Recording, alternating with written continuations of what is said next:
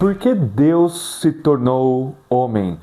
Bom, pessoal, o estudo bíblico da semana, já faz um tempo que a gente não tem nossos estudos bíblicos aqui, mas é um especial de Natal e eu gostaria de indicar um livro para vocês magnífico sobre teologia bíblica da encarnação. A partir dessa indicação eu vou trazer algumas reflexões sobre esse livro que é muito importante, tá? Então já deixa o seu like, se inscreva no canal e converse aqui comigo nos comentários, que lá no final do vídeo eu vou fazer uma pergunta do âmbito da teologia especulativa relacionada à encarnação e eu gostaria de interagir com vocês aqui nos comentários em relação a isso. O que vocês acham em relação à última pergunta? Então fica até o final do vídeo que hoje tem bastante coisa interessante e importante sobre encarnação. Bom, pessoal, vamos lá então. D.A. Carson, ele edita uma série chamada Novos Estudos em Teologia Bíblica, que é uma série em inglês. Cada volume vai tratar sobre um assunto e vai tratar esse assunto como ele se desenvolve de Gênesis a Apocalipse, que é fazer uma teologia bíblica sobre esse assunto. Já tem alguns vídeos aqui no canal sobre essa série, especialmente os volumes. Tem alguns volumes que estão traduzidos para o português. É uma série que eu amo, que eu gosto muito, tá? E existe um volume nessa série chamado sobre teologia bíblica da encarnação. O título do livro é The God Who Became Human, o Deus que se tornou humano. Teologia bíblica sobre a encarnação, do Graham Cole, tá? Esse é um erudito dos estudos bíblicos aí, e ele traz esse assunto da teologia da encarnação de Cristo de uma perspectiva da teologia bíblica. O livro é fantástico, maravilhoso, e ele termina, na verdade, com essa teologia especulativa, trazendo um pouquinho aí de contexto para a teologia bíblica, um pouquinho de implicações do material bíblico, tá? Nós vamos ver 3 coisas desse livro no vídeo de hoje: Antigo Testamento, Novo Testamento, rapidinho alguns insights e por fim a nossa pergunta especulativa. Bom, o Cole começa, quando ele vai fazer a pesquisa dele, né, quando ele vai pensar nesse livro, ele vai dizer que ele começa meditando muito sobre os primeiros 8 capítulos da Bíblia, tá? De forma teológica, ou seja, de forma como que Deus se revela ali em Gênesis capítulo 1 a 8. Então ele vai mostrar que ali nós temos um Deus que fala, nós temos um Deus que vê, nós temos um Deus que sofre, né? O pesar ali da humanidade em queda, nós temos um Deus que julga, nós temos um Deus que age, né, também em favor do seu povo. E aí ele vai montar esse cenário. Ele começa esse livro lá trabalhando bastante em Gênesis capítulo 1, 2 e 3 e também essa primeira parte aí de Gênesis do 1 ao 11, tá? Porque ele vai mostrar que Deus se manifesta, citando aí a Herman Bavinck, né, sempre de forma antropomórfica, tá? Se você nunca ouviu essa palavra, antropomorfia vem de antropos, ser humano, morfê, forma, tá? Então é uma linguagem figurada que usa forma física humana, atribuindo, por exemplo, a Deus. Você pode fazer também uma antropomorfia de um animal, por exemplo,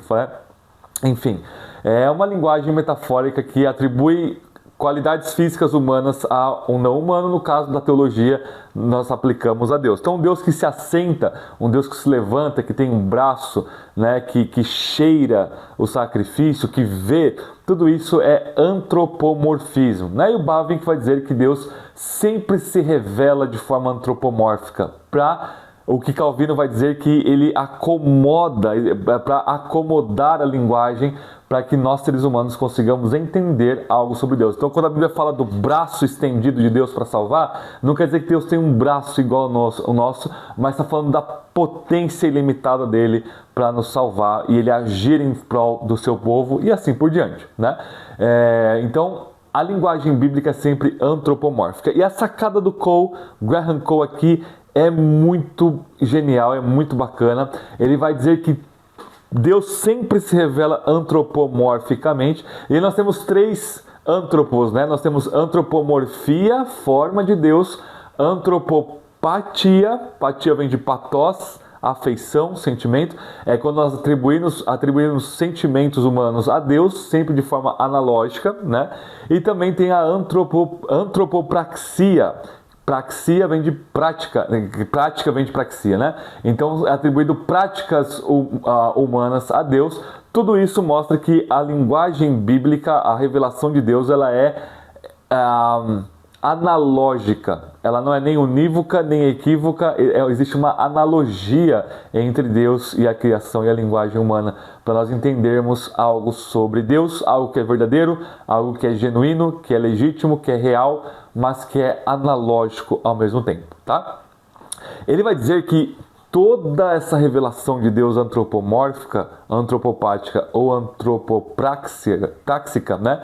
Ela é uma antecipação da encarnação de Deus Filho, da encarnação de Cristo Jesus, onde ele de fato vai assumir forma humana, como diria o hino lá em Filipenses 2, né? Ele era em forma de Deus, morfeteu, ele se tornou em forma humana, né? Literalmente ele se encarnou. Além disso, nós temos a figura do anjo do Senhor, que não é um anjo, mas é o próprio Yahvé manifestando, vamos aprender uma outra palavra se vocês não sabem, angelomorficamente. A angelomorfia é atribuir forma angelical ao que não é anjo, né? Então, por exemplo, se eu pintar você com uma asa e colocar uma auréola na sua cabeça, uma figura popular angelical, né? Não que os anjos sejam assim, mas, né, vamos lá. Só para a gente entender o argumento. Eu estou atribuindo àquela pessoa características angelomórficas, em forma de anjo, né? Agora, quando Deus se manifesta como o anjo do Senhor, o anjo que manda, o anjo que aceita a adoração, o anjo que demanda obediência, ele está se portando como Yahvé, portanto ele é Yahvé. Nenhum anjo do céu, por mais alto que seja o escalão, digamos assim, aceita adoração ou aceita se colocar no lugar de Deus. Então esse anjo do Senhor, esse artigo definido, o anjo do Senhor, ele é o próprio Deus se manifestando angelomorficamente e também é uma antecipação aí da encarnação de Cristo. Então essa parte do Antigo Testamento ela é muito boa, não é tratada nos manuais de encarnação de Cristo na teologia histórica e sistemática, a parte do Antigo Testamento, exceto as profecias. Ele vai tratar bastante de profecia, Isaías 7, Isaías 9, tantas outras profecias aí que falam da encarnação de Deus, né? E nós temos então essa passagem para o Novo Testamento. O Novo Testamento ele vai começar com a pergunta de Anselmo, lá o bispo da Cantuária no século 11 e 12, onde ele vai colocar o título do livro dele clássico sobre a encarnação, em latim é Cur Deus Homo, por que Deus homem, ou por que Deus se tornou homem. E ele vai listar um monte de objetivos da encarnação textualmente e explicitamente mostrado no texto do Novo Testamento. Por exemplo, Jesus se encarnou para nos revelar o Pai. Nós temos isso em João 1, por exemplo, verso 14, verso 18, né? Então, a encarnação revela Deus de forma suprema para o ser humano, né? Deus fala agora pelo Filho, Hebreus capítulo 1, versículo 1 e 2, né? Ele vai colocar que Jesus encarnou, por exemplo, para se tornar nosso sumo sacerdote fiel e interceder por nós. Ele se encarnou, isso está em Hebreus, né? Para morrer pelos nossos pecados. São outros propósitos da encarnação. Ele encarnou para ser o nosso redentor e o nosso mediador. Ele encarnou para se tornar o modelo da humanidade perfeita para nós seguirmos também. Não é apenas o modelo, mas ele é o modelo arquétipo para nós seguirmos. E também ele encarnou para derrotar o diabo. 1 João fala, o Filho de Deus se manifestou para destruir as obras do diabo, né? Tudo isso é textualmente demonstrado com a cláusula iná, né? Que em grego é o porquê, uma relação causativa na frase, né? Então o Filho de Deus se manifestou, encarnou para quê? Então, quando ele vai se prender exclusivamente ao texto e não às implicações do texto, nós temos essa lista aí de propósitos da encarnação no Novo Testamento, tá? E como ele é muito bom, ele traz uma parte de teologia histórica. Ele vai, por exemplo, trazer a contribuição fantástica de Tomás de Aquino, lá da Idade Média, né? E ele vai dialogando aí com um pouco da teologia histórica também, tá? Pessoal, interrompendo o nosso vídeo rapidinho aqui para mostrar para vocês nosso espaço de membros aqui no canal. Aqui no canal, além de todo o conteúdo gratuito que a gente faz com muito amor para vocês, nós também temos nosso espaço de membros para aqueles que querem se aprofundar cada vez mais no estudo bíblico e no estudo teológico. E aqui nós temos o Seminário Avançado de Teologia e o Instituto de Linguagem Bíblica. No Seminário Avançado de Teologia, nós temos aí cursos de teologia bíblica, histórica e sistemática num nível avançadíssimo, mas sempre numa linguagem acessível a todos, tanto que não precisa de nenhum pré-requisito para vocês entenderem as aulas. Então, quer se aprofundar na teologia como um todo, se inscreva aqui no nosso Seminário Avançado de Teologia, e temos também o nosso Instituto de Linguagem Bíblica, onde nós usamos o melhor da metodologia de aquisição de linguagem para ensinar o grego e o hebraico bíblico. Só no nosso curso de grego nós vamos ter mais de 200 aulas para vocês. Então, ficou curioso? Seja membro aqui do nosso canal e seja abençoado aí com rico conteúdo, tá bom, pessoal? Deus abençoe. E ele termina o livro com uma coisa bem especulativa, e aí isso serve, gente, teologia especulativa não serve para proclamar dogma, tá? Serve para treinar nossa imaginação exegeticamente, né? Quais são as implicações do texto bíblico?